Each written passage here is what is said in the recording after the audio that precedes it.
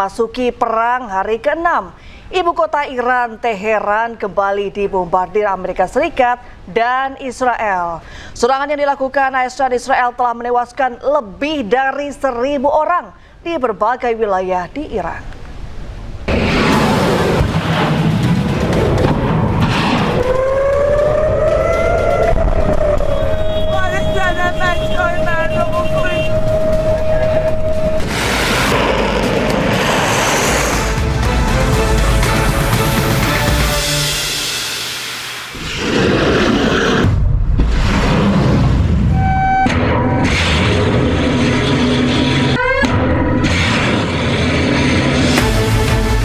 Serangan udara yang dilancarkan Amerika Serikat dan Israel terhadap Iran terus berlanjut hingga hari ke-6 Kamis waktu setempat.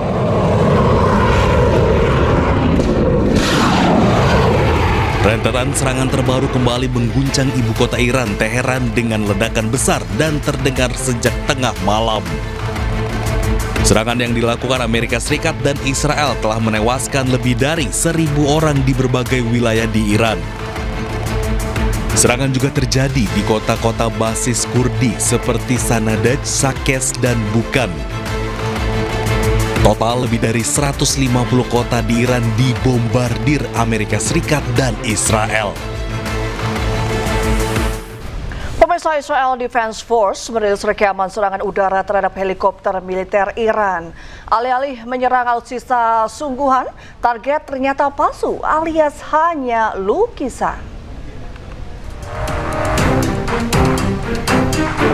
Helikopter Mi-17 milik Iran yang diklaim sebagai target serangan oleh IDF ternyata adalah lukisan anamorfik di atas aspal. Target tersebut merupakan gambar 2 dimensi yang terlihat seperti 3 dimensi dari sudut tertentu. Analis bidang pertahanan dan keamanan Patricia Marins menduga lukisan tersebut adalah trik Iran untuk mengecoh serangan Israel dan Amerika Serikat.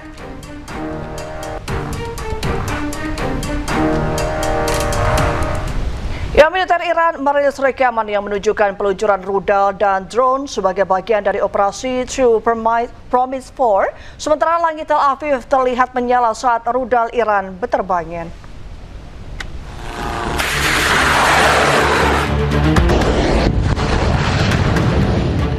Televisi pemerintah Iran pada hari Rabu menyiarkan rekaman yang menunjukkan Korps Garda Revolusi Islam Iran meluncurkan rudal dan drone. Ini adalah bagian dari gelombang ke-18 operasi True Promise 4 yang sedang berlangsung terhadap target AS Israel di seluruh wilayah. Peluncuran gelombang ke-18 operasi True Promise 4 terhadap Zionis Israel terjadi sejak Rabu malam. Di langit Tel Aviv terlihat rudal Iran berterbangan di atas gedung. Kondisi keamanan di Tel Aviv dan wilayah sekitarnya dilaporkan sangat tegang dan siaga 1. Hal ini terjadi setelah gelombang serangan rudal balistik dari Iran menghantam pusat kota sejak akhir pekan yang memicu kerusakan infrastruktur dan jatuhnya korban jiwa. Perang di Timur Tengah meluas. Hizbullah pun mulai menyerang Israel bersama dengan Iran. Rudal-rudal keduanya berhasil menembus pertahanan Iron Dome dan jatuh di Israel.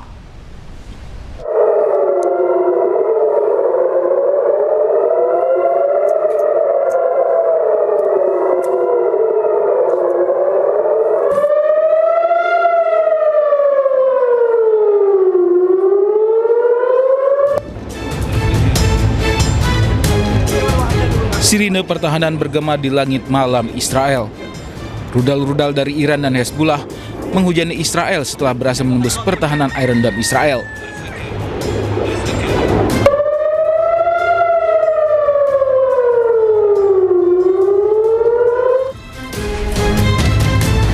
Warga Israel pun mengungsi ke bunker-bunker bawah tanah yang telah disiapkan.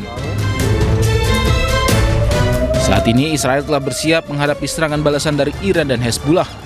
Sejumlah rumah sakit pun mulai mengevakuasi pasiennya ke bawah tanah. Salah satunya rumah sakit di Ramat Gan yang telah memindahkan seluruh operasinya ke fasilitas darurat di bawah tanah.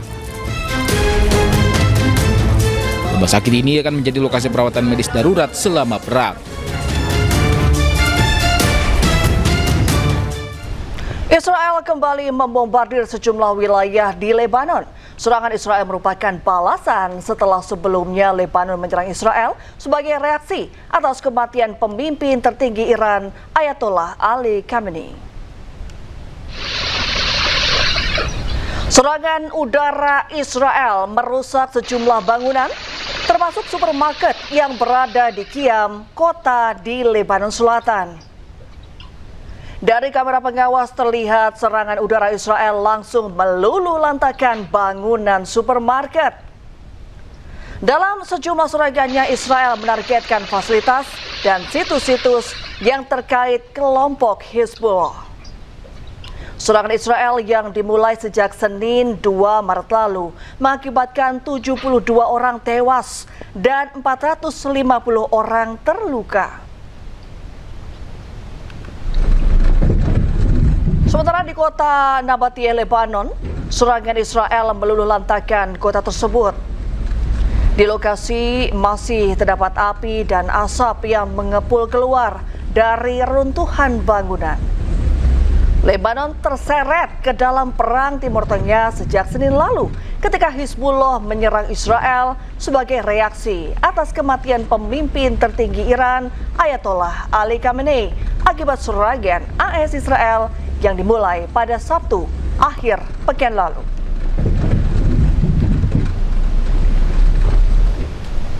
Sementara itu, pemirsa, gelombang pengungsian terlihat di Lebanon Selatan. Warga setempat mengungsi secara massal setelah perintah evakuasi mendesak keluar dari tentara Israel.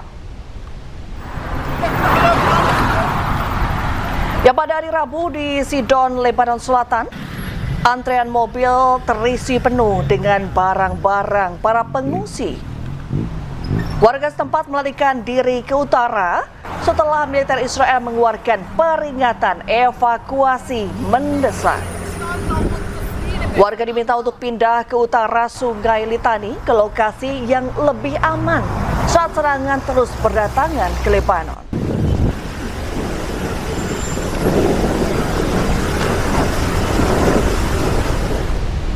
Sistem pertahanan udara Amerika Serikat mencegat sejumlah rudal yang menargetkan pangkalan militer Amerika Serikat di kota Erbil, Irak.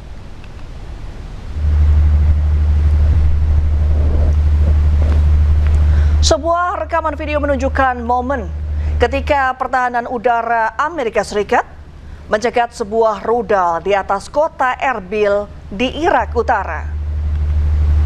Rudal ini diketahui menargetkan pangkalan militer Amerika Serikat yang berada di Bandara Erbil di wilayah Kurdistan, Irak. Selain menggunakan rudal, serangan juga dilakukan dengan menggunakan drone dan diklaim oleh kelompok yang dikenal sebagai Saraya Aulia Adam yang beroperasi di bawah naungan kelompok perlawanan Islam di Irak. Serangan ini diklaim sebagai balasan atas tewasnya pemimpin tertinggi Iran, Ayatollah Ali Khamenei, dalam serangan Amerika Serikat dan Israel ke Iran pada Sabtu lalu.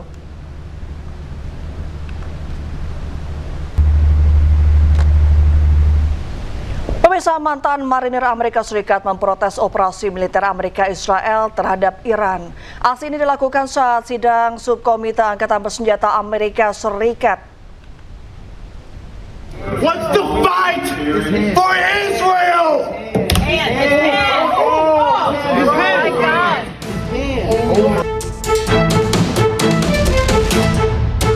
Seorang mantan sersan marinir, Brian McGinnis, dipaksa keluar oleh polisi Capitol Amerika Serikat. Aksinya dilakukan saat sidang subkomite Angkatan Bersenjata Amerika Serikat. Brian melakukan protes terhadap operasi militer Amerika Serikat dan Israel yang menyerang Iran. No one wants to fight for Israel.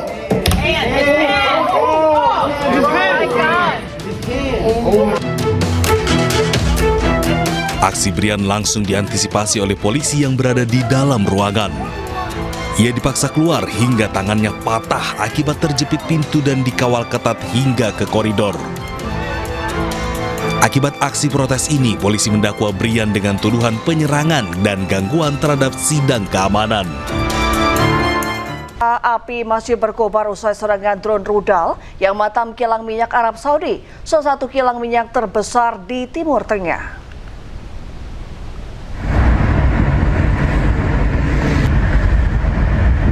Kobaran api masih membumbung tinggi di sejumlah titik kompleks Rastanura di pesisir Teluk Arab yang menjadi salah satu kilang terbesar di Timur Tengah usai mendapat serangan balasan Teheran. Serangan drone itu sempat melumpuhkan lebih dari setengah produksi minyak mentah Saudi dan mengguncang pasar global. Hingga kini kilang Rastanura pun ditutup sebagai langkah pencegahan meski situasi kini telah terkendali.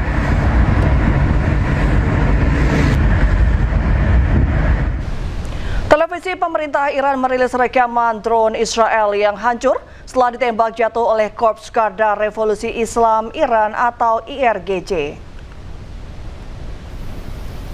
Rekaman menunjukkan puing-puing pesawat nirawak Israel yang berhasil ditembak jatuh oleh Korps Garda Revolusi Islam Iran. Drone tersebut ditembak oleh sistem pertahanan udara Iran di tengah meningkatnya ketegangan militer. Media Iran sebelumnya melaporkan bahwa pertahanan udara telah mencegat sebuah pesawat nirawak Israel. Kendati demikian, lokasi pasti rekaman tersebut dan kepemilikan pesawat tidak dapat diverifikasi secara independen.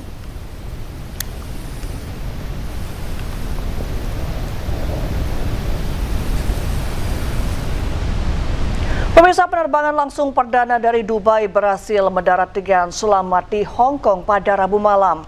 Penumpang mengaku senang bisa kembali ke rumah dan merasa aman.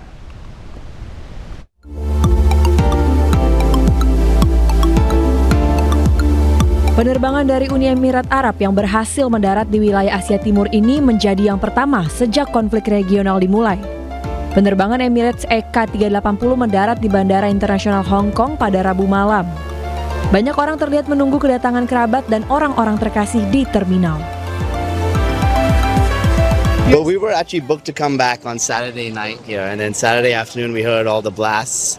Saturday night, Sunday night was a bit loud there near our hotel, and luckily we got the first flight out, and we're really happy to be back home. 因為你終於你可以翻到嚟一個安全嘅地方，你唔使擔驚受怕，已經好開心㗎啦。喺嗰邊呢，隨時你唔知會飛到邊度，我哋都唔知。雖然我哋知道住嗰度叫到安全啫，但係都係驚驚地嘅。 The children say over there is not a problem. They seem to be quite happy over there, but we were worried, so we asked them to come back first. We tried to get a flight on the 3rd, but we didn't get it, so we got on the 4th. We were lucky. I don't know now what is going to happen because just now the news came again they are going to close the airspace. Penerbangan ini menandai dimulainya kembali penerbangan antara Timur Tengah dan Asia Timur, namun pesawat mengambil rute yang lebih jauh yakni di atas Laut Arab. Penerbangan menghindari rute Teluk Oman untuk meminimalkan resiko di udara. Sebelumnya pada Senin malam, Bandara Dubai mengumumkan pengaktifan kembali operasi penerbangan secara terbatas. Pemirsa, kapal Pertamina milik Indonesia terjebak di Selat Hormuz usai Iran resmi memblokir jalur vital ekspor minyak dunia itu. Menteri SDM Bahlil Lahadalia mengungkapkan masih melakukan negosiasi untuk mencari solusi kapal Pertamina yang terjebak di sana.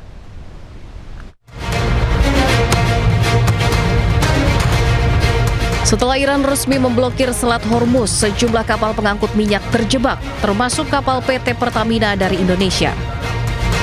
Menteri Energi dan Sumber Daya Mineral atau ESDM Bahlil Lahadalia mengungkapkan ada 2 kapal tanker milik PT Pertamina International Shipping yang terjebak di Selat Hormuz.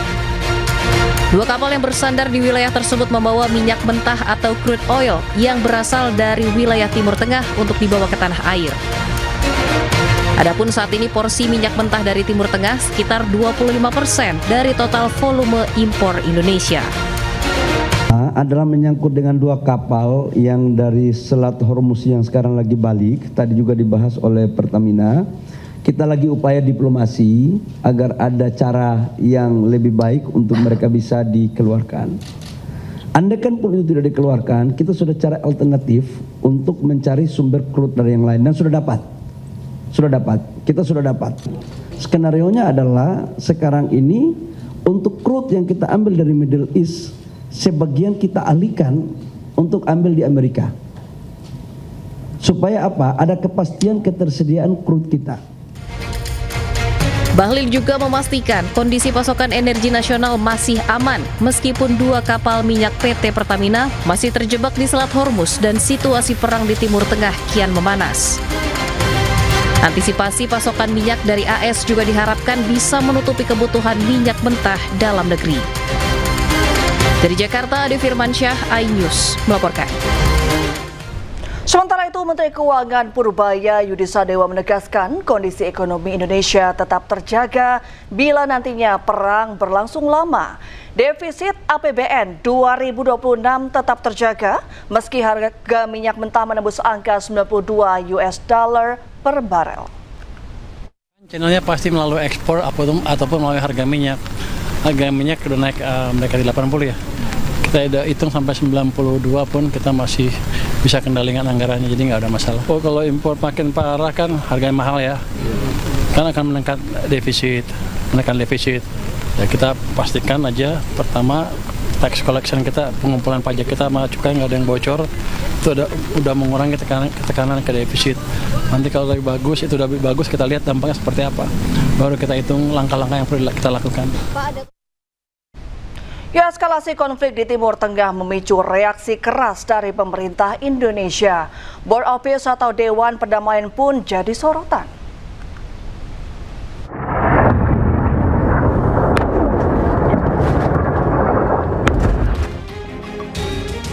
Timur Tengah terus memanas usai serangan Amerika Serikat dan Israel ke Iran. AS dan Israel pun terus menyerang Iran, kali ini mereka menyasar kantor penyiaran di Iran.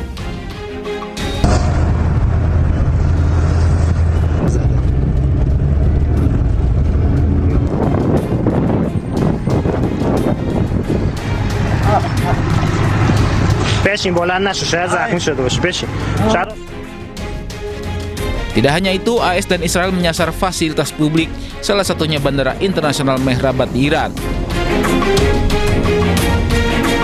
Sejumlah warga Iran pun menjadi korban. Kendaraan warga yang berada di sekitar bandara rusak parah.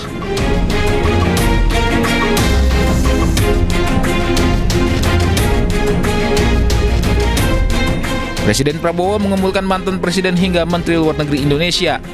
Mereka membahas kondisi dunia dan keterlibatan Indonesia dalam Board of Peace. Kita bahas, tapi juga dalam konteks perkembangan mutakhir. Apakah dengan perang yang berkecamuk di Iran ini akan melemahkan kemungkinan melemahkan posisi dan mandat BOP? Kita akan berhitung lagi dari sisi itu. Pertemuan berlangsung di Istana Presiden Selasa malam. Pertemuan kali ini sebagai bentuk silaturahmi sekaligus membahas sejumlah isu nasional hingga global. Tim Liputan iNews melaporkan.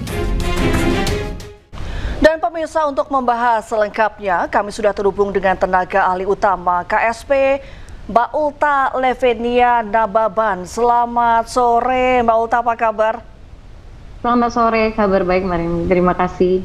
Ya, terima kasih sudah bergabung dengan iNews sore. Pertama-tama, Mbak Ulta, ini kan katakanlah konflik di Timur Tengah sudah memasuki hari ke-6 begitu. Apa dampak perang di Timur Tengah bagi Indonesia?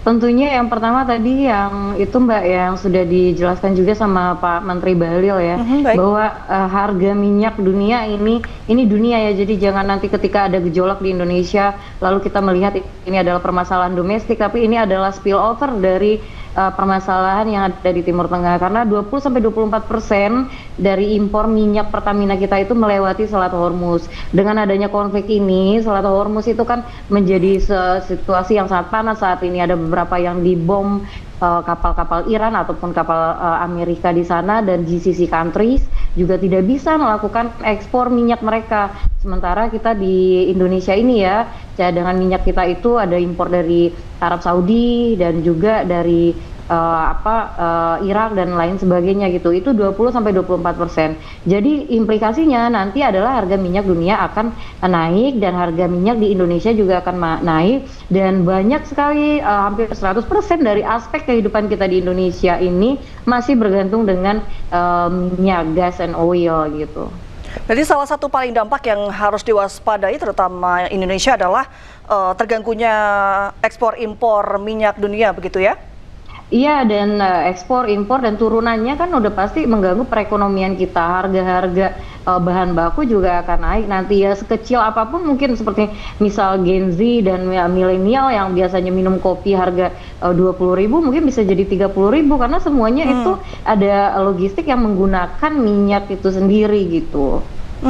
Lantas apa yang katakanlah harus dilakukan oleh pemerintah? Ya, tadi Pak Purbaya dan Pak Bahlil juga sudah menyebutkan ya bahwa kita akan mencari upaya alternatif nih, sumber alternatif di mana bisa kita menstabilkan pasokan minyak, gas, and oil kita di sini, karena tadi ketergantungan atas itu dalam aspek kehidupan kita. Ya mungkin ada cadangan lain ya, seperti dari Nigeria, Australia, Singapura, dan Malaysia, itu kita bisa bekerja sama untuk itu. Selain itu juga ada upaya diplomatik yang perlu kita terus lakukan juga. Selain mencari cadangan tadi, upaya diplomatik itu seperti GCC countries ini kan, GCC negara-negara di Teluk itu kan juga sekarang juga diserang oleh Iran, seperti Kuwait, seperti Bahrain, Qatar, UAE. Nah itu kan negara-negara yang tergabung dalam BOP ya, dan mereka juga merasakan dampaknya ini. Maka kita juga harus tetap aktif secara diplomatik untuk mendorong deeskalasi.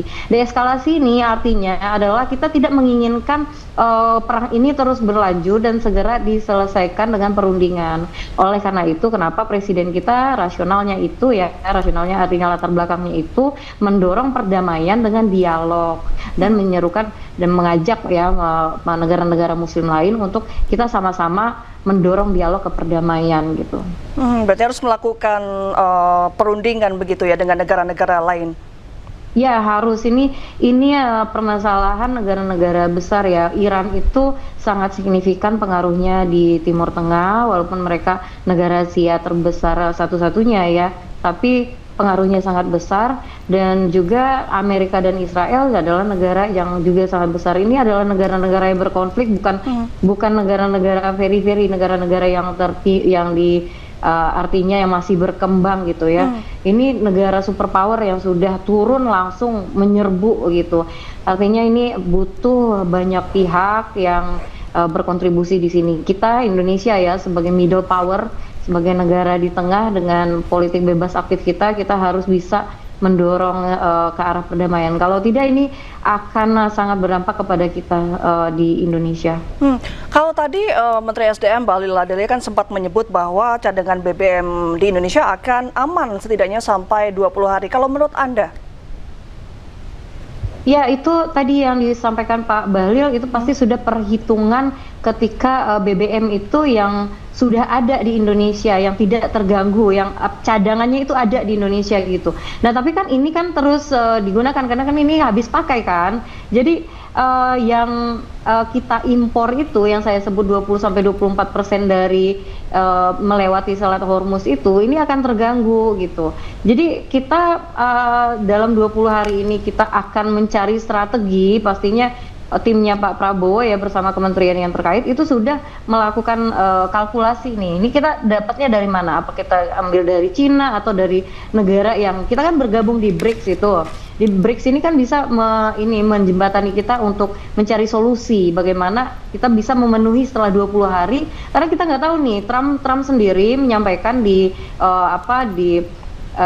Amerika sendiri bahwa dia pun mungkin ini bisa 4 minggu perang, bisa 5 minggu perang, dia pun sendiri tuh belum mengerti end game-nya, bukan belum mengerti tapi dia masih mencari strategi juga end game-nya perang ini apa gitu. Nah dalam 20 hari ini menjadi window of opportunity untuk Indonesia karena kita aman untuk 20 hari, tapi kita juga akan mencari strategi yang paling tepat bagaimana 20 hari ini kita bisa mencari cadangan yang lain nih, bekerja sama dengan negara-negara, terutama kita bergabung di BRICS yang itu adalah kanal untuk kita kerjasama ekonomi. Kalau sembari pemerintah terus melakukan negosiasi dan perundingan, apa yang sebaiknya dilakukan oleh masyarakat Indonesia? Tentunya kan masyarakat banyak yang khawatir tentang dampak-dampak yang akan terjadi untuk Indonesia. Ya, untuk masyarakat Indonesia ini kita berkaca kepada masyarakat yang juga terdampak di Gulf countries itu ya, di negara-negara Teluk itu. Pertama itu kita harus tenang dalam menyikapi ini. Kita jangan ada panic buying nih. Jangan ada panic buying dan jangan kita sudah terlalu jauh menganalisa dan merasa bahwa ini akan ada perang dunia ketiga sehingga kita sangat mencekam situasinya, terutama ya kita harus berhati-hati juga, ini yang paling penting ya Mbak. Kita harus berhati-hati dengan hoax. Ya, ini 6 hari tadi ya, tadi katanya 6 hari eskalasi terus, tapi hoax itu tidak berhenti. Ini tuh bukan hanya di Indonesia, di luar sana. Bahkan ada video-video ya, video-video seperti video main games gitu tentang penyerbuan pesawat tempur gitu ya. Itu dianggap sebagai video asli, padahal itu adalah video games dan itu adalah AI. Nah, di Indonesia nih juga kita kena serangan hoax juga nih. Ada kan akademisi juga yang menyatakan bahwa wah ini Menteri Israel tuh udah mengatakan kalau misalnya kita akan diserang kalau misalnya kita ikut campur terhadap perang di Iran gitu. Padahal itu ternyata hoax, tapi diamplifikasi. Ini sangat berbahaya karena ini tujuannya adalah agar masyarakat kita mencekam suasananya, kita panik buying, kita juga menekan pemerintah, padahal itu adalah hoax. Kita harus hati-hati banget dalam menyaring informasi saat ini karena banyak pihak yang memanfaatkan ini untuk destabilitas nasional negara-negara, bukan cuma kita tapi negara-negara lain juga. Baik, harus tetap tenang dan memfilter arus informasinya ya Mbak Uta. Kembali lagi ke peran pemerintah. Kan Indonesia bergabung dengan Board Office. Nah, apa yang sudah dibahas Indonesia dalam Board Office terkait eskalasi konflik di Timur Tengah ini, dan mungkin apa yang seharusnya nanti dibahas atau direncanakan untuk dibahas?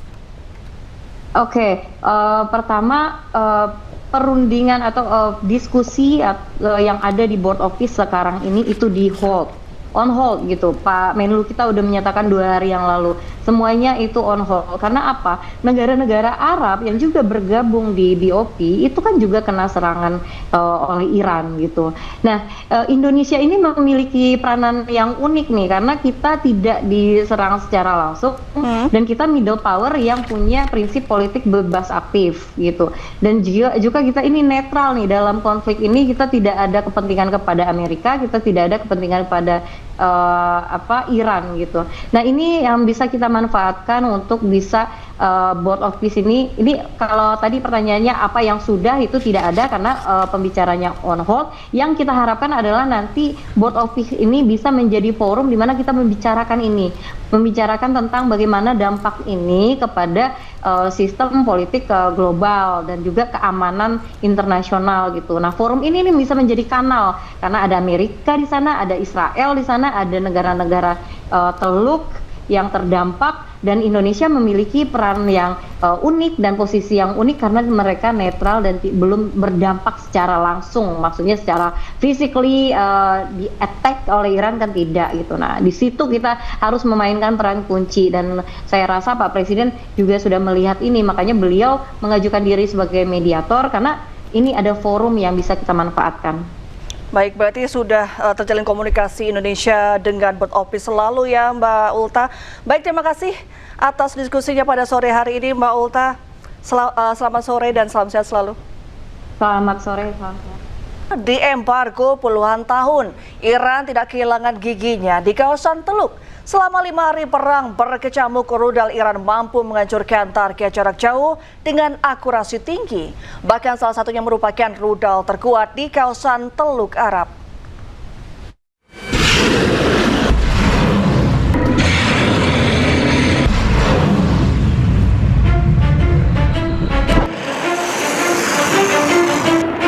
Masuk hari kelima perang antara Iran dengan Amerika dan Israel, saling serang rudal terus terjadi. Diembargo puluhan tahun tidak membuat Iran kehilangan taringnya. Terbukti rudal-rudal Iran berhasil meluluh lantakkan Israel dan aset militer Amerika di kawasan Teluk. Komando Pusat Amerika CENTCOM pada 2025 menyebut Iran punya 3.000 lebih rudal balistik dengan 13 jenis rudal.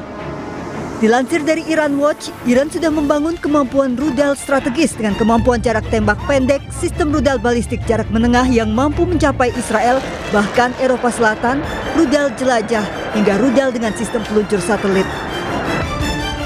4 model rudal balistik jarak pendek Iran punya jangkauan 300 hingga 1.000 km. 5 rudal balistik jarak menengah punya jangkauan 1.000 hingga 3.000 km, bisa menyerang negara jauh seperti Israel dan pangkalan militer Amerika di kawasan Teluk. 2 rudal jelajah Iran punya jangkauan hingga lebih dari 2.000 km. Rudal ini bisa diluncurkan diam-diam dari darat. Rudal dengan sistem peluncur satelit digunakan misi luar angkasa yang menggunakan sistem peluncur dengan teknologi mirip rudal balistik jarak jauh bisa dialihfungsikan untuk keperluan militer.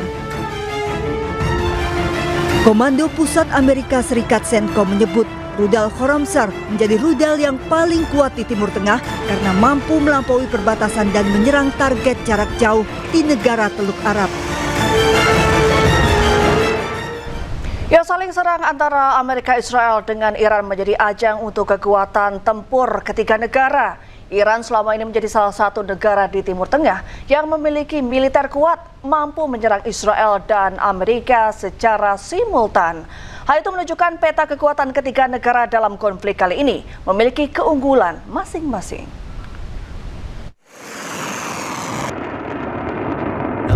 Look how Iran. Listen to that sound.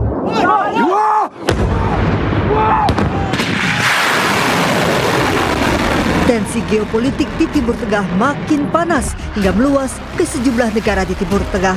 Adu kekuatan Amerika Serikat, Israel, dan Iran terus berlanjut dan terlihat perbedaan kekuatan militer hingga operasional.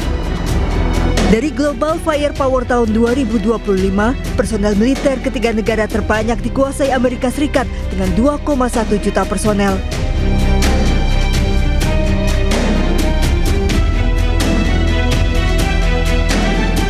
Sementara kekuatan darat, kekuatan laut, serta kekuatan udara dan nuklir masih dikuasai Amerika Serikat.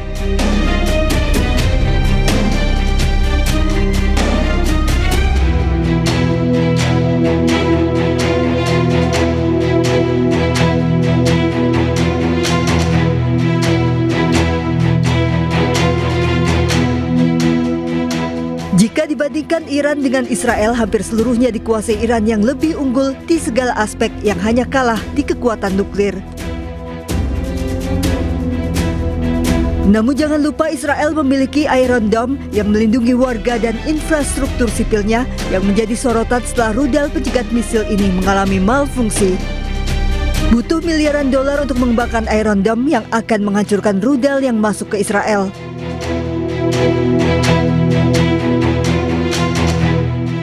Setidaknya Israel memiliki 10 baterai Iron Dome yang tersebar di sejumlah wilayah.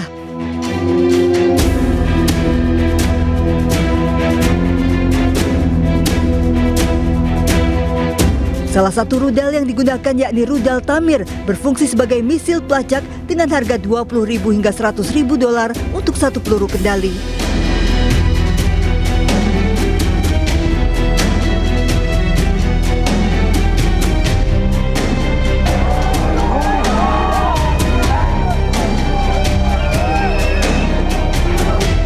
Sistem pertahanan canggih ini ternyata juga punya kelemahan yang diduga memiliki titik jenuh yang tidak mampu menahan rentetan serangan simultan seperti yang diduga gagal menangkal serangan rudal Iran.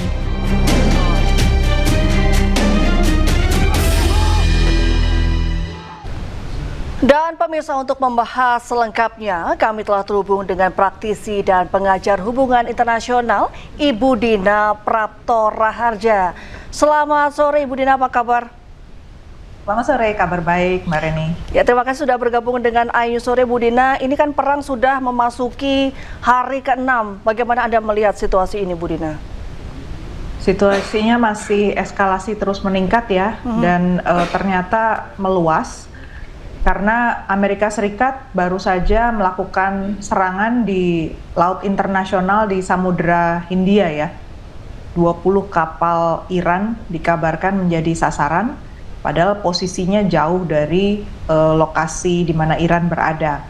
Dan pesan yang disampaikan oleh Menteri Pertahanan Amerika Serikat menyeratkan bahwa Iran dimanapun mereka berada itu bisa menjadi sasaran serangan dari Amerika Serikat. Jadi ini sangat mengganggu sebenarnya ya, karena wilayah perairan internasional seharusnya dijamin keamanannya, namun sekarang Amerika Serikat ternyata bertekad untuk melakukan disrupsi secara serius ya, secara militer. Dan ini sebenarnya bukan hanya mengganggu berarti dari wilayah soal energi saja ya, dari Selat Hormuz sudah ditutup dan Amerika Serikat juga tidak bisa menghentikan serangan di sana, dia malah menyerang di wilayah yang lain. Jadi suasananya menurut saya masih eskalasi dan sangat menegangkan. Baik, ini kan eskalasi seperti kita ketahui terus terjadi. Nah, dampak jangka pendek dan jangka panjang apa yang harus diwaspadai terutama oleh Indonesia? Jangka pendek kita harus antisipasi dan sudah harus dihitung dengan sungguh-sungguh ya, ketahanan energi kita, kemudian juga masalah konsekuensinya pada inflasi, nilai tukar rupiah terhadap dolar Amerika Serikat, dan juga masalah kita konektivitas ya, begitu banyak masalah orang Indonesia yang akhirnya stranded ya, masih nyangkut di wilayah-wilayah di Timur Tengah, nggak bisa pulang, nggak bisa kemana-mana, dan orang-orang asing juga ada yang dalam jangka pendek ini masih terdampar di Indonesia juga karena nggak bisa pulang ke wilayah di mana mereka berasal. Jadi masalah mobilitas ini mendapatkan gangguan serius, dan ini tentu menciptakan masalah yang berentet nantinya di jangka panjang itu. Kalau energi terganggu, kemudian konektivitas dan logistik terganggu, efeknya nanti ke supply chain. Jadi produksi barang-barang yang harusnya bisa menjadi andalan ekonomi untuk ekspor itu akan terganggu juga, dan risikonya tentu saja nanti di balance of payment kita untuk perdagangan ya. Jadi ujung-ujungnya nanti ekonomi akan semakin seret. Salah satu dampak yang terus digarisbawahi adalah cadangan minyak Indonesia. Nah, sebenarnya langkah strategis apa yang harus dilakukan pemerintah? Kalau kita bicara soal energi, tentu mau nggak mau kita harus segera cepat beralih ke energi renewable ya, energi yang terbarukan, energi bersih, sehingga kita bisa melihat bahwa upaya Amerika Serikat untuk menguasai energi fosil ini tidak mengganggu agenda kita untuk pembangunan. Sebenarnya Indonesia kan sudah melangkah ke arah sana ya, tetapi sempat ada rasa bimbang karena Amerika Serikat itu memilih untuk meninggalkan Paris Agreement. Sebenarnya harusnya Indonesia terus lanjut nih, bertekad mempercepat justru transisi energi bersih. Dan semuanya tidak harus terpusat hanya pada PLN, tetapi justru harus membuka diri agar inisiatif-inisiatif lokal, misalnya menggunakan hidro, air ya, kemudian panel surya, dan lain-lain ini bisa segera dipercepat supaya jangan sampai urusan industri maupun rumah tangga itu terganggu hanya karena masalah yang non jauh ada di Timur Tengah.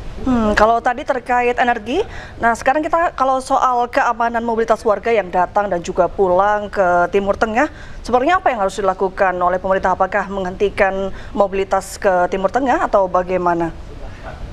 Saat ini yang saya ketahui sudah ada warning ya untuk perjalanan menuju ke wilayah yang harus melalui wilayah udara maupun laut yang berkonflik. Jadi antisipasi tersebut sudah terjadi. Hanya saja belum ada panduan yang lebih untuk kementerian-kementerian terkait, terutama Kementerian Luar Negeri yang saya tahu ya, untuk terkait orang-orang yang terdampar tadi, pemulangan orang-orang tersebut, dan tentu saja hal-hal seperti ini semua di luar dari rencana anggaran belanja kita. Jadi konsekuensinya tentu harus ada duduk bersama lagi ya antara pemerintah dengan parlemen, dengan DPR, untuk bicara gimana caranya mengurai masalah ini. Perlu nggak segera memulangkan warga negara Indonesia yang berada di Timur Tengah di situasi yang katakanlah terus terjadi eskalasi konflik seperti ini, Bu Dina? Sebenarnya menurut saya perlu, tapi kalau mendengar informasi dari lapangan, itu ternyata sejumlah wilayah, bahkan di Iran sekalipun, warga negaranya masih merasa belum perlu untuk pindah. Saya kira ini menarik juga ya, saya kurang paham tentu berapa jauh mereka dari epicentrum masalahnya, tetapi bahwa mereka bersikukuh bahwa situasi itu masih relatif aman, itu harus di cross check juga oleh pemerintah Indonesia. Namun bagaimanapun juga tetap harus kita lakukan perhitungan yang cermat ya. Jangan sampai last minute justru kita baru bergerak, karena itu biayanya tentu akan lebih mahal. Baik, dan tentunya kita semua berharap bahwa deeskalasi konflik ini segera terjadi. Lalu menurut Anda apa peran realistis yang bisa pemerintah Indonesia lakukan untuk tercapainya deeskalasi konflik begitu, Bu Dina? Kalau dilihat yang sudah turun tangan dan mulai melakukan komunikasi dengan pihak-pihak yang bertikai itu adalah China, kemudian Rusia. China bahkan sudah punya special envoy ya, utusan khusus untuk menangani masalah ini. Kemudian Amerika Serikat juga di-approach oleh negara-negara yang menjadi mitra dia di Timur Tengah. Demikian pula Rusia juga sudah bicara intensif dengan Iran, juga dengan negara-negara yang kemarin sempat diserang oleh Iran. Jadi menurut saya Indonesia itu ada di lapis berikutnya, karena kita tidak punya hubungan informasi yang primer gitu ya dari negara-negara tersebut. Kita perlu berkoordinasi lebih jauh dengan pihak-pihak yang memang tahu persis informasi terbaru dari sana, dan kemudian menyusun strategi tentu saja, baik itu yang sifatnya untuk diplomasi, karena kekuatan Indonesia itu sebenarnya di diplomasinya ya. Bagaimana kita mengurai kebutuhan negara kita sebagai negara berkembang dalam situasi yang tidak pasti ini. Kemudian yang kedua menurut saya yang perlu diantisipasi tadi gangguan terhadap arus lalu lintas di laut maupun di udara yang mengganggu transaksi perdagangan kita, juga mobilitas usaha kita, bisnis juga untuk warga negara ya berkegiatan di mana-mana, bahkan mengunjungi keluarganya masing-masing. Jadi ini yang harus diantisipasi dan dihitung betul melalui informasi yang berkembang. Tentunya kita berharap deeskalasi konflik segera terjadi. Namun kalau misalnya katakanlah kemungkinan terburuk konflik ini terus terjadi dan malah justru terjadi eskalasi, apa yang kira-kira akan terjadi, Bu Dina? Yang saya cermati tentu itu adalah Amerika Serikat ya. Jadi gerak-gerik dari Amerika Serikat menurut saya bisa jadi harus diantisipasi, bisa masih memburuk. Kita tahu baru saja ada voting di Senat Amerika Serikat yang gagal menghentikan langkah Presiden Donald Trump untuk melakukan perang yang lebih besar di Iran. Ini kalau di Amerika Serikat kan prosedurnya supaya perangnya itu legal, itu dia harus mendapatkan persetujuan dari 2 kamar di parlemen mereka. Jadi Senat ternyata gagal, apakah House bisa menghentikan, tapi karena 1 aja udah gagal berarti bisa jadi Donald Trump akan merasa punya angin ya, dapat angin ya untuk lanjut dengan perang ini. Tentu saja limitnya menurut saya nanti pemilu ini, menjelang pemilu Amerika Serikat. Jadi beberapa bulan ke depan berarti kita harus menahan nafas. Seperti akhir tahun lalu saya pernah bilang situasi bisa menjadi lebih buruk karena Trump mau pemilu, Netanyahu juga mau pemilu di bulan Oktober. Jadi kalau memang kedua negara ini benar-benar mau mengisolasi Iran, dan Iran dalam posisi nothing to lose ya, berusaha untuk habis-habisan membela dirinya, maka kita sebagai negara-negara tetangga juga jelas harus mengupayakan jalur yang lain untuk mengupayakan diplomasi, mengupayakan peredaan ketegangan gitu. Menurut saya sih kuncinya di Amerika Serikat, dan Amerika Serikat pasti pada satu titik akan menunjukkan indikasi ingin exit ya dari masalah ini dengan tetap menjaga mukanya sebagai negara adidaya. Baik, terima kasih Bu Dina atas diskusinya pada hari ini. Selamat sore dan salam sehat selalu. Salam sehat. Kericuhan mewarnai penertiban pedagang kaki lima di kawasan Pasaraya, Kota Padang, Sumatera Barat. Sejumlah pedagang nekat melakukan perlawanan hingga menghalangi petugas Satpol PP dengan kayu karena tak terima barang dagangannya diangkut.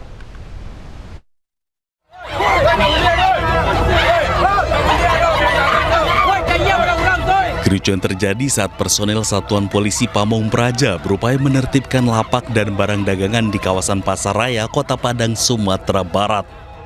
Seorang pedagang berusaha mengusir petugas menggunakan sebatang kayu. Tak hanya itu, sejumlah pemilik toko juga melemparkan barang dagangan ke arah petugas. Aksi dorong-mendorong pun tak terhindarkan.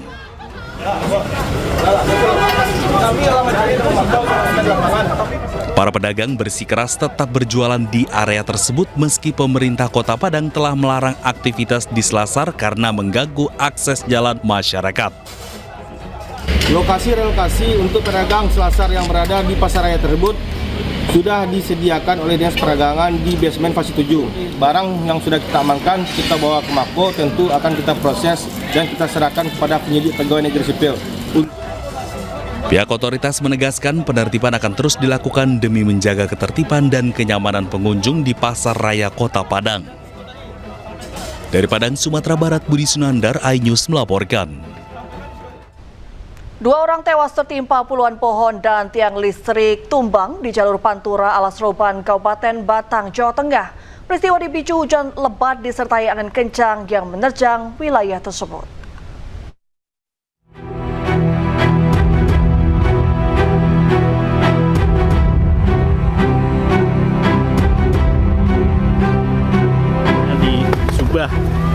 Untuk menghindari posisi di sini, banyak mobil yang kena tumbaan, kena robohan. Sejumlah kendaraan mengalami kerusakan parah setelah tertimpa pohon dan tiang listrik di sepanjang jalur Pantura Alas Roban, Kabupaten Batang, Jawa Tengah.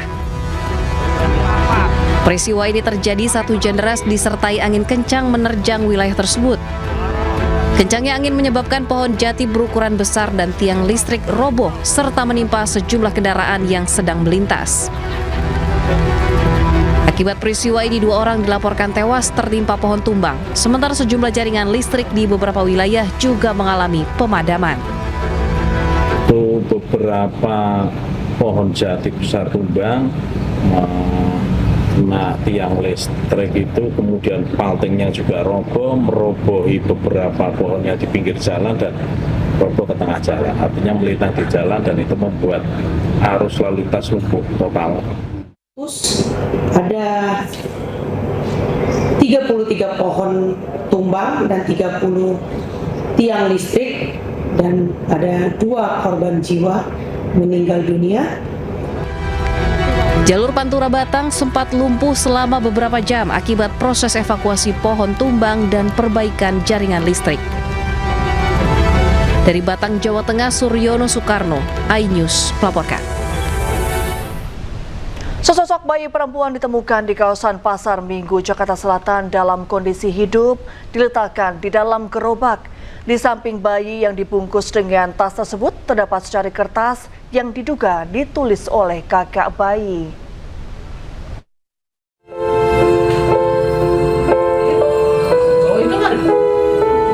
Warga Pejaten Raya, Pasar Minggu, Jakarta Selatan dihebohkan ditemukannya sesosok bayi berkelamin perempuan yang masih hidup terbungkus tas belanja. Warga temukan bayi mungil yang baru lahir ini setelah mendengar suara tangisan bayi di dalam gerobak nasi uduk. Warga juga temukan secari kertas surat bersama bayi tersebut. Pesan diduga ditulis oleh seorang anak berinisial Z usia 12 tahun yang mengaku sebagai kakak dari bayi tersebut. Dalam surat, anak itu meminta orang yang menemukan bayi perempuan ini untuk merawat adiknya karena ibu mereka meninggal dunia saat melahirkan. Polisi yang menerima laporan warga langsung mendatangi lokasi kejadian. Bayi yang masih hidup ini juga diperiksa di Puskesmas Kecamatan Pasar Minggu, serta akan dibawa ke Dinas Sosial Jakarta Selatan. Polisi juga akan memeriksa rekaman kamera pengawas di sekitar lokasi ditemukan bayi guna menemukan siapa yang tega meninggalkan bayi tersebut di dalam gerobak nasi uduk. Dari Jakarta, Miftahul Gani, iNews melaporkan. Seorang bayi perempuan ditemukan terlantar di dalam sebuah gerobak nasi uduk di Jalan Pejaten Raya, Pasar Minggu, Jakarta Selatan. Bayi yang diperkirakan berusia 2 hari tersebut ditinggalkan bersama secarik surat. Dan berikut informasi jurnalis iNews Yasmin Atania. Ini pihak kepolisian masih melakukan penyelidikan untuk mengungkapkan secara pasti siapa yang meninggalkan bayi perempuan yang diduga berusia 2 hari tersebut di dalam gerobak nasi uduk di depan rumah warga di kawasan Jalan Pejaten Raya RT 10 RW 2 Pasar Minggu Jakarta Selatan. Namun saya akan mencoba memperlihatkan kepada Anda secara langsung seperti inilah kondisi gerobak di depan rumah warga. Gerobak berwarna biru ini menjadi tempat di mana bisa dikatakan dibuangnya begitu ya seorang bayi cantik berusia 2 hari yang ditemukan oleh warga pada Selasa sore kemarin. Nah, biasanya memang berdasarkan informasi yang kami terima, untuk gerobak ini sendiri biasanya digunakan untuk berjualan nasi uduk, namun di bulan Ramadan ini berhenti berjualan terlebih dahulu begitu. Nah, saya akan mencoba bertanya langsung kepada saksi yang sudah bersama saya di sini yang merupakan orang pertama kali mendengar adanya tangisan bayi dari depan rumahnya. Halo Kak Dinda dan juga Ibu, terima kasih untuk waktunya bersama Ainus. Mungkin bisa diceritakan seperti apa sih proses awal mulanya bisa mendengarkan suara bayi dan juga menemukan bayi berada di dalam gerobak ini? Iya, aku baru banget balik kuliah. Terus ya udah aku ke atas bersih-bersih, main HP sambil tiduran. Nah, posisi kasur kan emang deket sini kan, lurus sini. Aku tidur mah emang deket banget pojok jendela kalau aku. Terus aku sambil tadi dulu. Aku kan lagi main scroll TikTok, main HP. Terus tiba-tiba dengar suara bayi nangis. Tapi aku belum nyamperin. Terus lama-lama suaranya makin kenceng. Ya udah tuh pas makin kenceng aku langsung kayak ayahku kan tidurnya di bawah, aku bilang gini, ayah itu suara apaan, aku bilang gitu kan. Udah tuh akhirnya aku ke bawah duluan lari terus pas aku buka makin kenceng suaranya, terus pokoknya nggak ada orang sama sekali yang dengar, cuman aku doang. Udah tuh aku langsung keluar ngambil bayinya. Nah, aku kan nggak berani megang ya, maksudnya nggak berani ngambilnya itu karena keadaannya posisinya kayak ke samping gitu, jadi aku takut. Ya udah tuh aku akhirnya masukin ke dalam. Kakak aku tuh yang ngambil bayi di tasnya. Ya udah. Pada saat ditemukan kondisi bayinya seperti apa? Kayak nyampingin yang peralatan gitu. Jadi kayak misalkan gini kan tadinya tidurnya, terus langsung kayak gini. Tapi dalam keadaan hidup ya? Dalam keadaan hidup. Iya. Yaudah, terus ketiban sama pampers. Nah, selain menemukan bayi, apakah ada benda-benda lain yang ditemukan di lokasi penemuan ini? Ada susu, ada tisu basah, tisu kering, ada botol juga. Udah ya? Sama surat. Oh ya, sama surat. Kalau boleh tahu isi suratnya itu apakah? Suratnya ini mau dibacain atau? Boleh. Tunggu. Ada.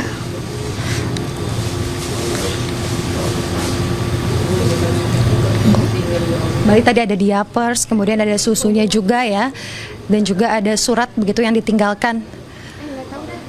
Ya mungkin intinya Kak yang tertera dalam surat tersebut. Intinya pokoknya dia nitipin adik saya katanya, karena ibunya meninggal. Terus saya tidak bisa merawat adik saya menitipkan ke ibu. Gitu. Nah, setelah melihat adanya bayi begitu di depan rumah sendiri, kemudian langkah apa yang Kak Dinda lakukan ataupun Ibu lakukan setelah itu? Itu langsung ke Pak RT langsung, karena kan takut ya. Langsung ke Pak RT langsung manggil polisi ya itu. Oke. Kalau boleh tahu untuk saat ini bayinya sendiri berada di mana ya Kak? Di Puskesmas Pasar Minggu yang ada di Kebagusan. Iya.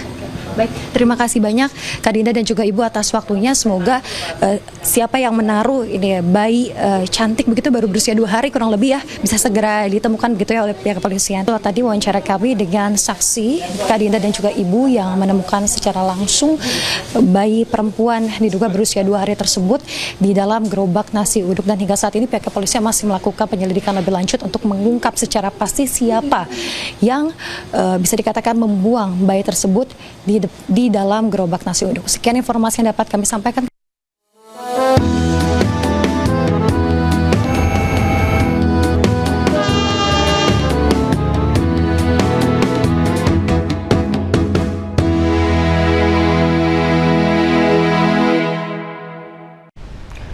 Pemirsa, jelang arus mudik Hari Raya Idul Fitri, ruas jalan arteri Kalimalang, Kota Bekasi, Jawa Barat mengalami kerusakan cukup parah. Sejumlah pengendara sepeda motor harus ekstra hati-hati akibat kondisi jalan yang berlubang dan bergelombang.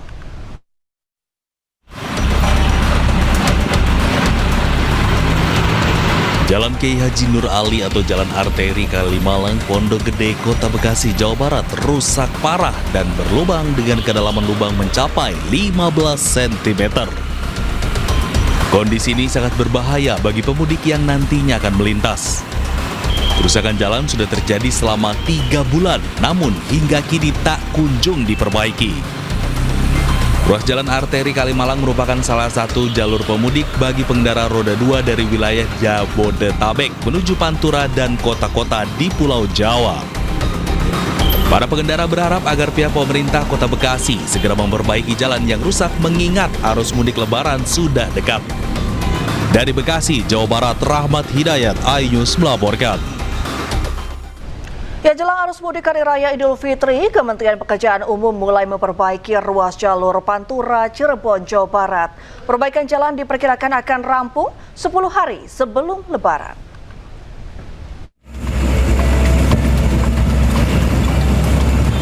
Mendekati arus mudik Lebaran, jalur nasional Pantura Gebang di Kabupaten Cirebon mulai diperbaiki.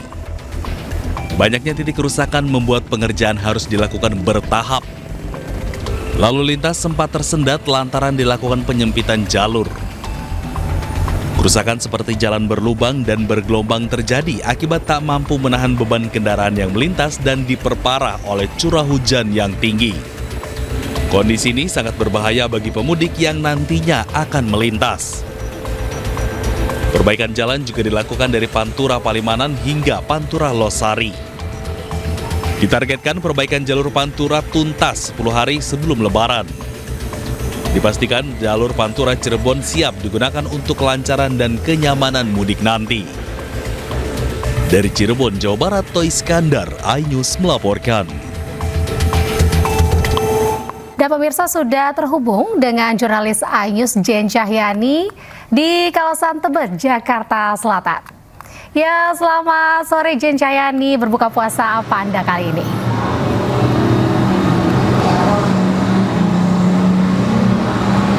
Ya, baik Anita dan pemirsa. Kali ini saya mau ajak Anita dan pemirsa untuk berbuka puasa di daerah Tebet, Jakarta Selatan. Nah, saya sekarang berada di salah satu outlet makanan yang ini pemiliknya merupakan seorang selebgram atau public figure. Nah, langsung aja kita masuk ke dalam. Namanya Sate Taichan Goreng.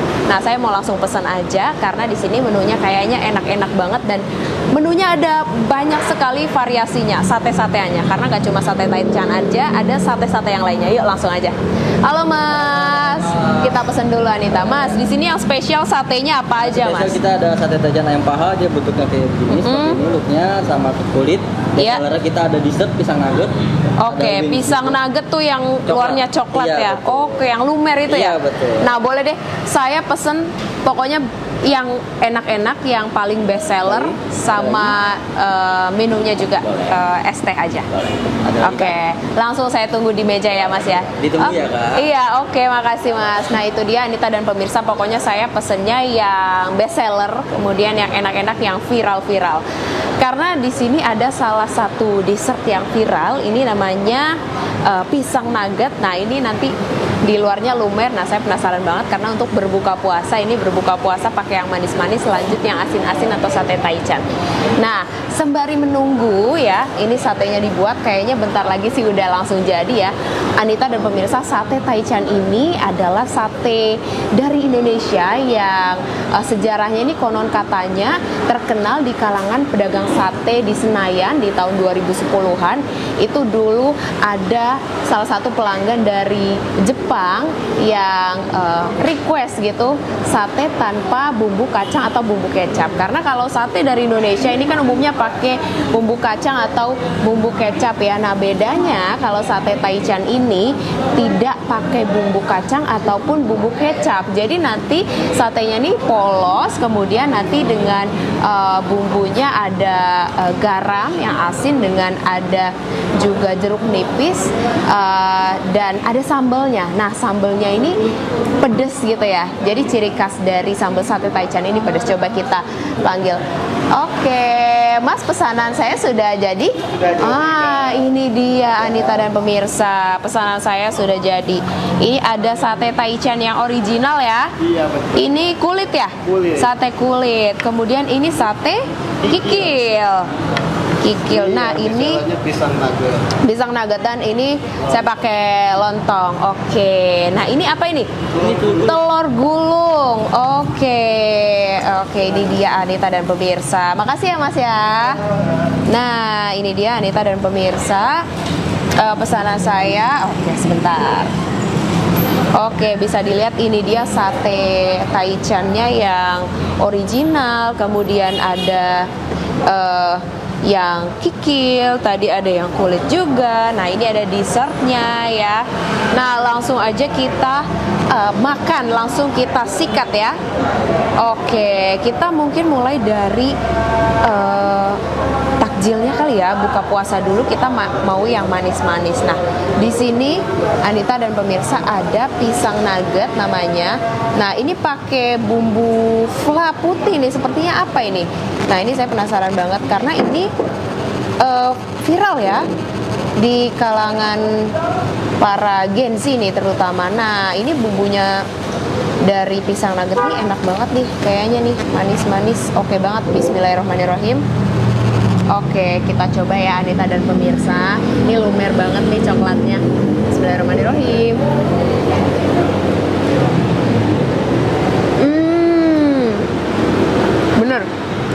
Bener enak banget. Jadi dia manis, tipikal pisang ya. Jadi pisangnya itu masih, daging pisangnya masih empuk. Kemudian keluarnya ada coklat crunchy-nya yang lumer. Jadi coklatnya nggak cuma sekedar coklat aja, tapi ada krenyes crunchy-nya itu di luar, dan ini ditambah dari flanya putihnya yang menambah sensasi dessert. Ini bener-bener ngedessert banget nih kalau kata anak zaman sekarang. Oke, mungkin kita lanjut ke satenya ya. Nah, satenya di sini yang pertama ada sate Taichan. Seperti tadi saya sudah ceritakan ya, sate Taichan ini ciri khasnya tidak pakai bumbu kacang ataupun bumbu kecap. Jadi satenya ini nih polos ya. Ini adalah bagian paha ya, sate bagian paha. Jadi dia itu nanti juicy gitu, jadi nggak keras gitu. Oke. Nah, ini pakai, saya mau pakein ini jeruk nipis. Nah, saya pakein jeruk nipis dulu di Taichan-nya. Nah, ini bikin makin seger nih Anita dan pemirsa kalau ditambahin jeruk nipis. Oke nih, nah ini sambelnya sambel ada cabai, bawang putih ya. Nih, kita cocol ke sini dulu. Nih ke si garamnya ini, kemudian ke sambelnya. Nah, ini dia yang namanya Taichan pemirsa. Yuk, bismillahirrahmanirrahim. Mantap. Jadi warung sate Taichan goreng ini emang kayaknya udah berdiri cukup lama dan rasanya emang konsisten enak sih kalau kata orang-orang. Kita lanjut ke ini sate kulit. Nah, ini nih kulitnya menggiurkan banget ya. Oke, saya kasih jeruk nipis dulu ya. Nah, ini menggiurkan banget nih sate Taichan kulitnya nih, sate kulitnya. Nah, kalau sate kulitnya nih kayaknya pakai bumbu kecap nih ya. Wow, jadi pemirsa, buat pemirsa yang suka banget sama kulit ayam, ini cocok banget nih. Cocok banget. Tadi dagingnya ada, sekarang kita ke kulitnya ya. Bismillahirrahmanirrahim nih Anita dan pemirsa.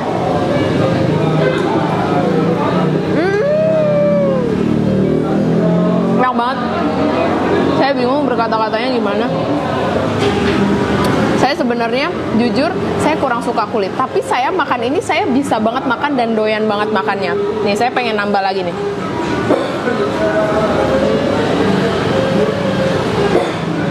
Bismillahirrahmanirrahim nih. Ih, enak banget kan nih.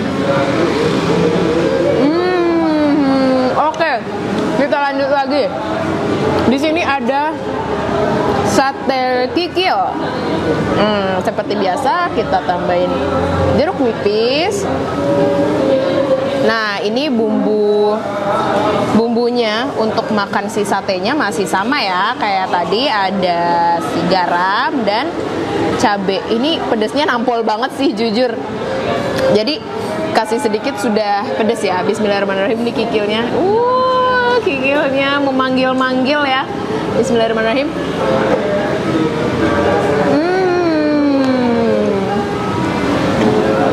Enak banget. Ini saya sebenarnya sebagai cewek kalau makanannya enak pengen gini-gini pemirsa. Artinya makanannya enak banget. Nah, di sini selain ada sate-satean, ternyata di sini ada telur gulung di jajanan kekinian nih Anita dan pemirsa. Ada telur gulung. Bedanya kalau telur gulung beli di pinggir jalan ini langsung pakai saus ya. Kalau ini pakai bumbu dari sate taichan yang mana adalah ini ada jeruk nipis, ada garam, ada sambal. Nah, kita coba apakah cocok bumbu taichan di telur gulung. Yuk. Oh, ternyata dalamnya ada daging ayamnya. Ternyata telur gulung bukan sekedar telur doang, tapi ada daging ayamnya. Dan ini juicy banget. Nah, mungkin bisa jadi rekomendasi pemirsa untuk berbuka puasa ya, karena makanannya ada berbagai macam, banyak banget dan enak-enak semua dengan khasnya tadi bumbu-bumbu taichannya di semua makanannya. Mungkin sementara itu Anita. Baik, terima kasih Jen Cahyani, manis, asin, gurih, begitu menggugah selera ya menu berbuka puasa Anda sore hari ini. Selamat berbuka Jen, selamat bertugas kembali, terima kasih.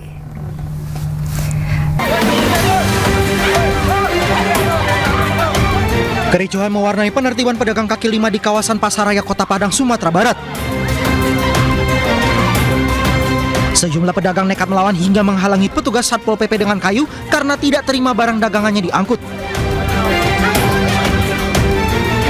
2 orang tewas tertimpa puluhan pohon dan tiang listrik tumbang di jalur Pantura Alas Roban, Kabupaten Batang, Jawa Tengah. Peristiwa dipicu hujan lebat disertai angin kencang yang menerjang wilayah itu. Jalur Pantura Batang sempat lumpuh selama beberapa jam saat proses evakuasi pohon dan tiang listrik. Sesosok bayi perempuan ditemukan di kawasan Pasar Minggu, Jakarta Selatan dalam kondisi hidup diletakkan di dalam gerobak. Di samping bayi yang dibungkus dengan tas itu terdapat secari kertas yang diduga ditulis oleh kakak bayi.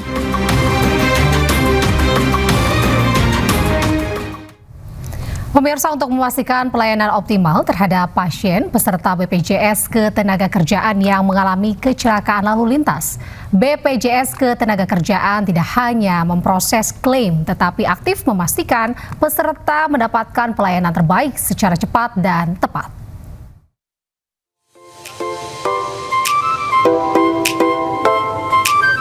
Direktur Utama BPJS Ketenagakerjaan Saiful Hidayat mengunjungi salah satu pasien, Reki Muhammad Safrial, 62 tahun, yang menjalani perawatan intensif di Rumah Sakit IMC Pekayon, Bekasi Kota.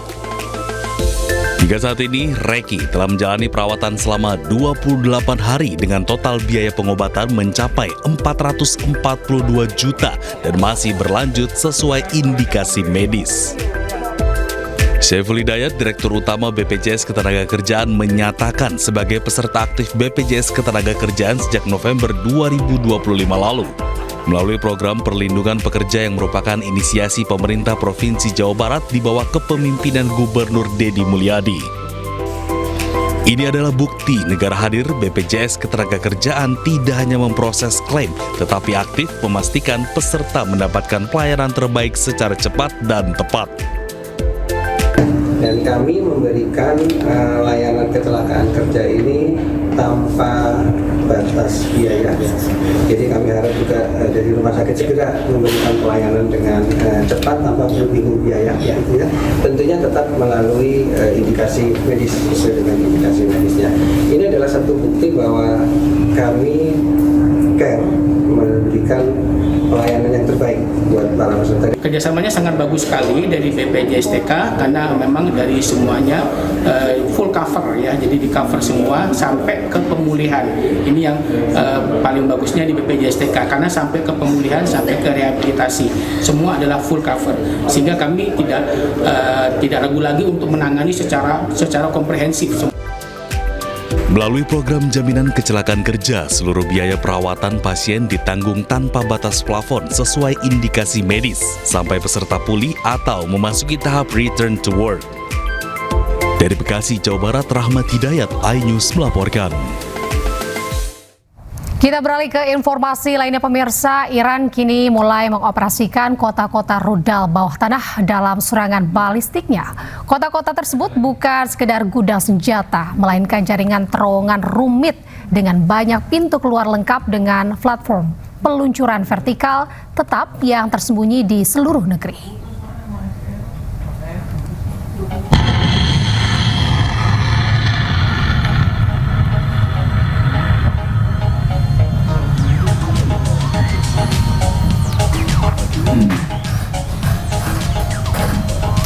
Rudal ini melesat dari lokasi peluncuran dan hilang dengan meninggalkan atau bahkan nol kemungkinan deteksi. Hal ini membuat tugas drone dan intelijen Amerika Serikat serta Israel menjadi sangat sulit karena beberapa drone juga menjadi sasaran rudal, mengurangi efektivitas operasi mereka. Dengan kemampuan ini, Iran menunjukkan bahwa strategi pertahanan dan serangannya tidak hanya canggih, tetapi juga sulit diprediksi. Menandakan setiap peluncuran rudal sebuah kejutan nyata bagi musuhnya.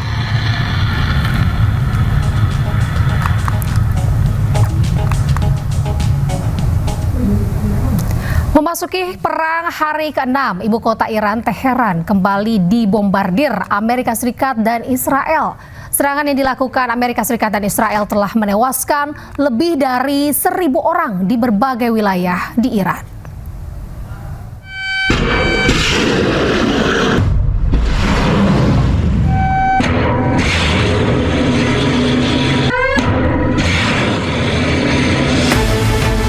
Serangan udara yang dilancarkan Amerika Serikat dan Israel terhadap Iran terus berlanjut hingga hari ke-6 Kamis waktu setempat.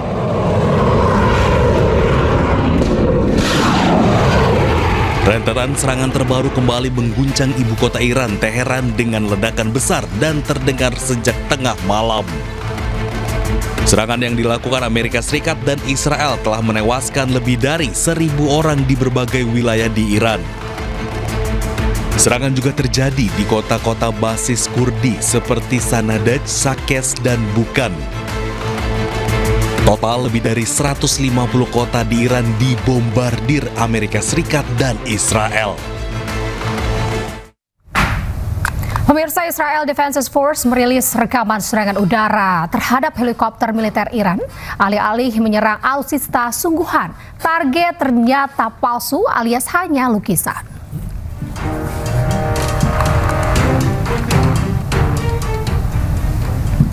Helikopter Mi-17 milik Iran yang diklaim sebagai target serangan oleh IDF ternyata adalah lukisan anamorfik yang di atas aspal. Target tersebut merupakan gambar 2 dimensi yang terlihat seperti 3 dimensi dari sudut tertentu. Analis bidang pertahanan dan keamanan Patricia Marins menduga lukisan tersebut adalah trik Iran untuk mengecoh serangan Israel dan Amerika Serikat.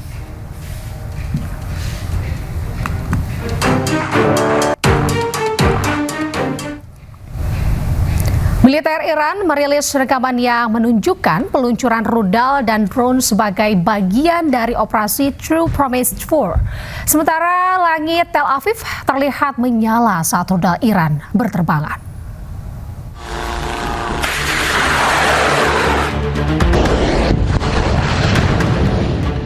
Televisi pemerintah Iran pada hari Rabu menyiarkan rekaman yang menunjukkan Korps Garda Revolusi Islam Iran meluncurkan rudal dan drone. Ini adalah bagian dari gelombang ke-18 operasi True Promise 4 yang sedang berlangsung terhadap target AS Israel di seluruh wilayah. Peluncuran gelombang ke-18 operasi True Promise 4 terhadap Zionis Israel terjadi sejak Rabu malam. Di langit Tel Aviv terlihat rudal Iran berterbangan di atas gedung. Kondisi keamanan di Tel Aviv dan wilayah sekitarnya dilaporkan sangat tegang dan siaga 1. Hal ini terjadi setelah gelombang serangan rudal balistik dari Iran menghantam pusat kota sejak akhir pekan yang memicu kerusakan infrastruktur dan jatuhnya korban jiwa. Pemirsa, Israel kembali membombardir sejumlah wilayah di Lebanon. Serangan Israel ini merupakan balasan setelah sebelumnya Lebanon menyerang Israel sebagai reaksi atas kematian pemimpin tertinggi Iran, Ayatollah Ali Khamenei. Serangan udara Israel merusak sejumlah bangunan termasuk supermarket yang berada di Khiam, kota di Lebanon Selatan. Dari kamera pengawas terlihat serangan udara Israel langsung meluluh lantakkan bangunan supermarket. Dalam sejumlah serangannya, Israel menargetkan fasilitas dan situs-situs yang terkait kelompok Hezbollah. Serangan Israel yang dimulai sejak Senin 2 Maret lalu mengakibatkan 72 orang tewas dan 450 orang terluka.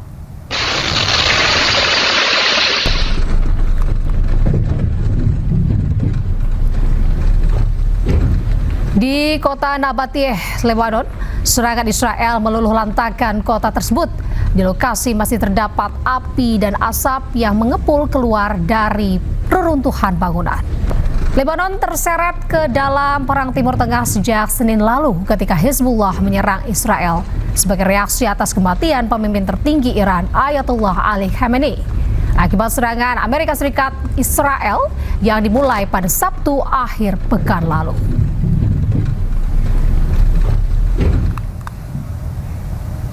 Pemirsa, sistem pertahanan udara Amerika Serikat mencegat sejumlah rudal yang menargetkan pangkalan militer Amerika Serikat di kota Erbil, Irak.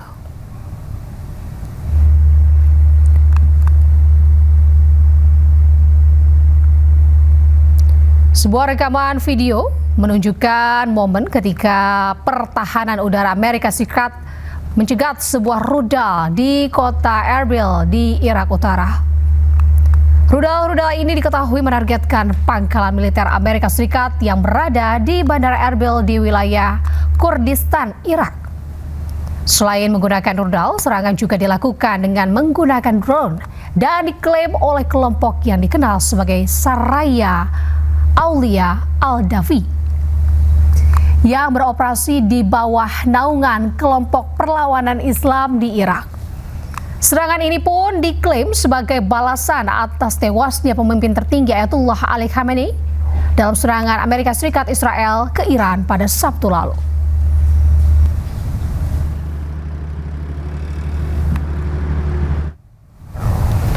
Mantan marinir Amerika Serikat memprotes operasi militer Amerika Serikat Israel terhadap Iran. Aksi ini dilakukan saat sidang subkomite Angkatan Bersenjata Amerika Serikat. Wants to fight for Israel.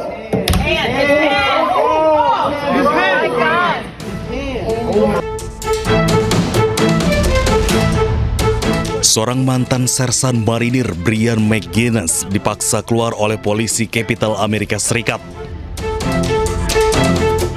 Aksinya dilakukan saat sidang subkomite Angkatan Bersenjata Amerika Serikat. Brian melakukan protes terhadap operasi militer Amerika Serikat dan Israel yang menyerang Iran. No one wants to fight for Israel.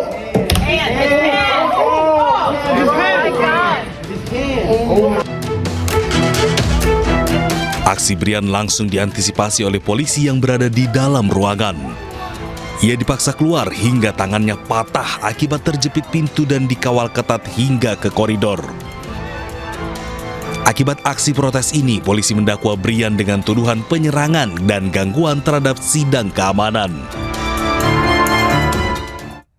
Anda kembali di iNews Sore pemirsa. Televisi pemerintah Iran merilis rekaman drone Israel yang hancur setelah ditembak jatuh oleh Korps Garda Revolusi Islam Iran atau IRGC.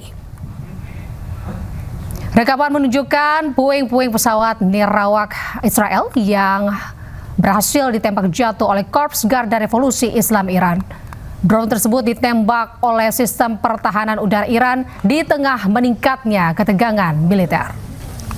Media Iran sebelumnya melaporkan bahwa pertahanan udara telah mencegat sebuah pesawat nirawak Israel. Kendati demikian, lokasi pasti rekaman tersebut dan kepemilikan pesawat tidak dapat diverifikasi secara independen.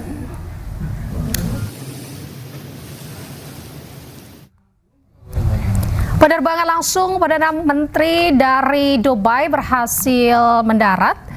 Maksud kami, penerbangan perdana pertama kali mendarat dari Dubai berhasil mendarat dengan selamat di Hong Kong pada Rabu malam. Penumpang ini mengaku senang bisa kembali ke rumah dan merasa aman.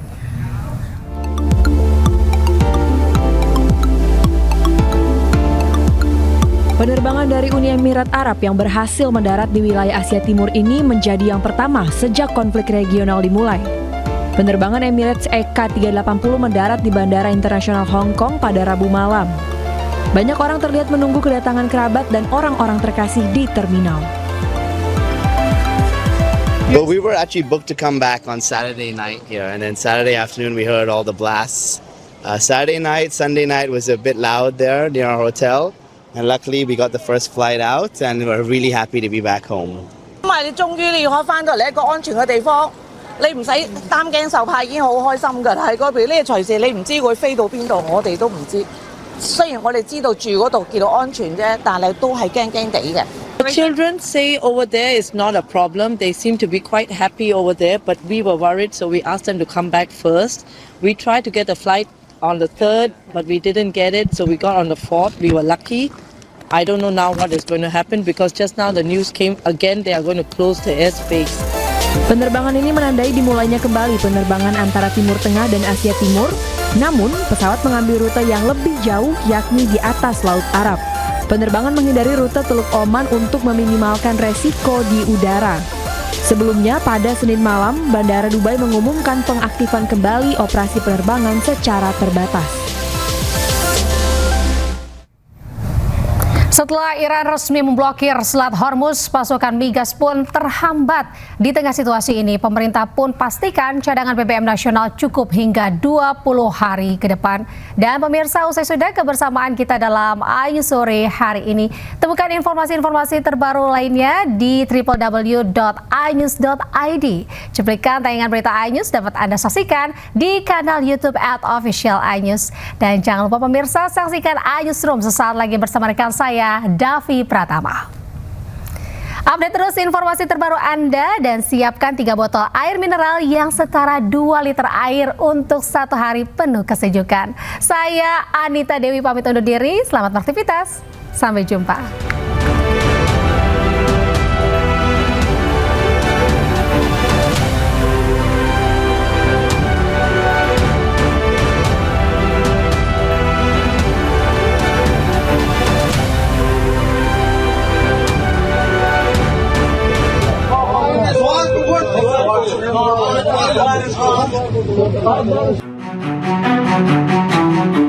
Selat Hormuz resmi ditutup. Kini Iran menyerang kapal yang nekat melintas. Kebakaran hebat pun terjadi di kapal tanker milik Inggris dan Amerika Serikat. 看看没一打仗，我们船上的时钟都被干扰了。看看这时间走得多快。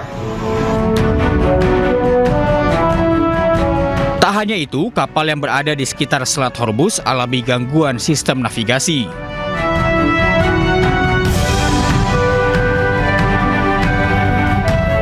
Di tengah eskalasi tersebut, Menteri Energi dan Sumber Daya Mineral Bahlil Lahadalia memastikan pasokan energi nasional tetap terkendali. Bahlil menyebut cadangan energi dalam negeri cukup sampai 20 hari ke depan. BBM kita sudah sejak lama hanya maksimal di 25 hari. Maksimal. Sehingga cadangan nasional kita itu minimal 20-23 hari. Sekarang BBM kita itu sudah 23 hari. Jadi sudah di atas standar minimal cadangan nasional yang sebagaimana lazimnya. Jadi kita nggak bisa katakanlah teman-teman menganggap harus Pak kita stok 60 hari. Mau isi taruh di mana? Kita nggak punya storage. Makanya sekarang arahan Bapak Presiden segera kita membangun storage. Jadi bukan kita nggak punya cadangan untuk mengisi minyak, tapi sekarang mau taruh di mana?